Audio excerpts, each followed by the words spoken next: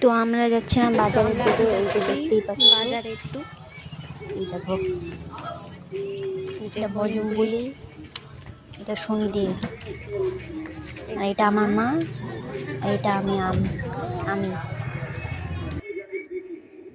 তারপরে যে যাচ্ছিলাম বাজারের দিকে। এই যে রাস্তা নতুন হয়েছে, এই যে চাইতে লোক কম, এত কম কেন জানি না,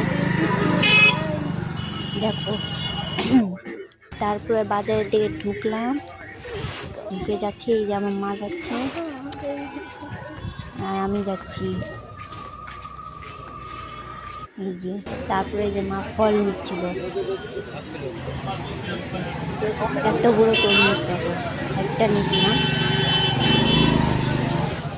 তারপর আমি এই দেখো, তারপর ঢুকলাম দশকর্মা ভান্ডারে।